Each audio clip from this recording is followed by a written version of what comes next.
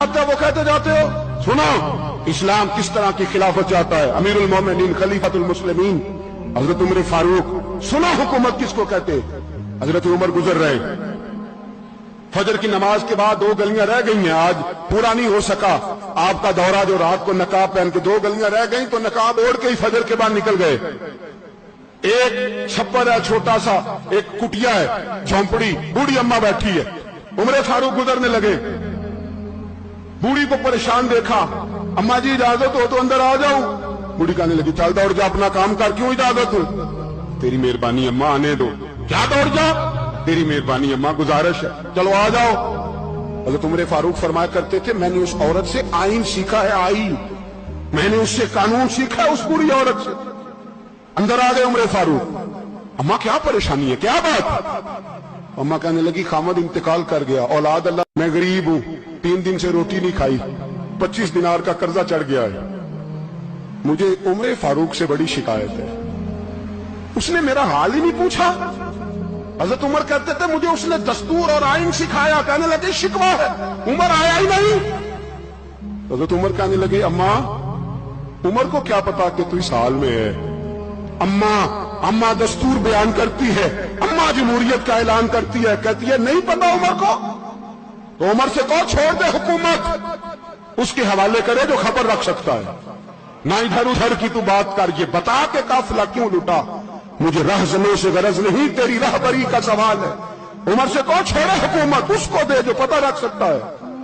حضرت سیدنا نافع فرماتے ہیں اس کے سامنے کسرا اور روم کے بادشاہ کانپا کرتے تھے، میں نے اس عمر کو بوڑھی اماں کے سامنے کامتے ہوئے دیکھا. راشا کاری ہے عمر فاروق کا.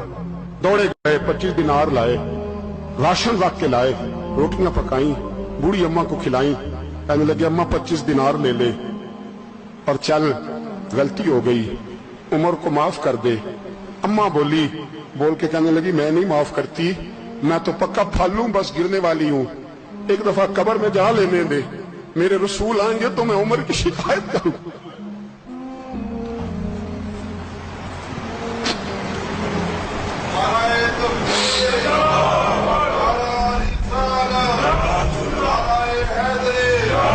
فرمایا میں شکایت کروں گی محبوب پاک سے اور عرض کروں گی حضور اس سے پوچھ.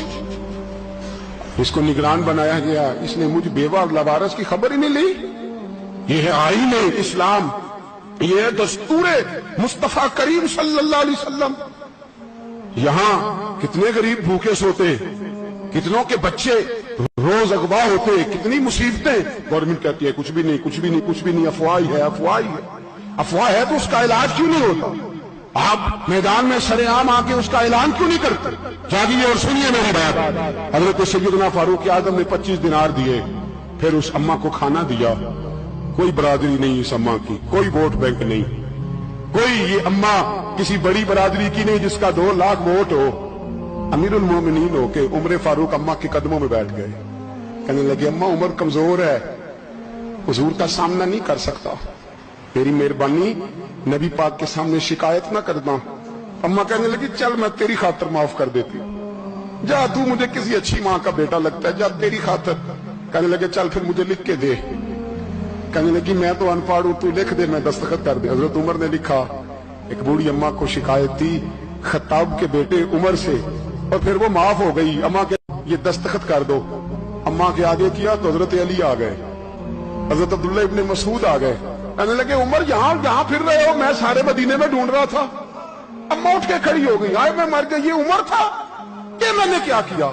حضرت عمر کہنے لگے اماں نہ، اپنے وعدے پہ قائم رہ، تو نے جو کہا تھا اس پہ قائم رہ. ہمیں تو بتایا گیا تھا یہ والا نظام پاکستان میں آئے گا، یہ کہا تھا قائد اعظم نے، یہ رنگ ملے گا تمہیں. کہا ماں تو وعدے پہ قائم ہے، لکھ کے دے. لکھا، اماں نے سائن کیے. پھر حضرت علی سے کہنے لگے بطور گواہ آپ بھی سائن کر دو. پھر عبداللہ ابن مسعود سے کہنے لگے آپ بھی سائن کر دو.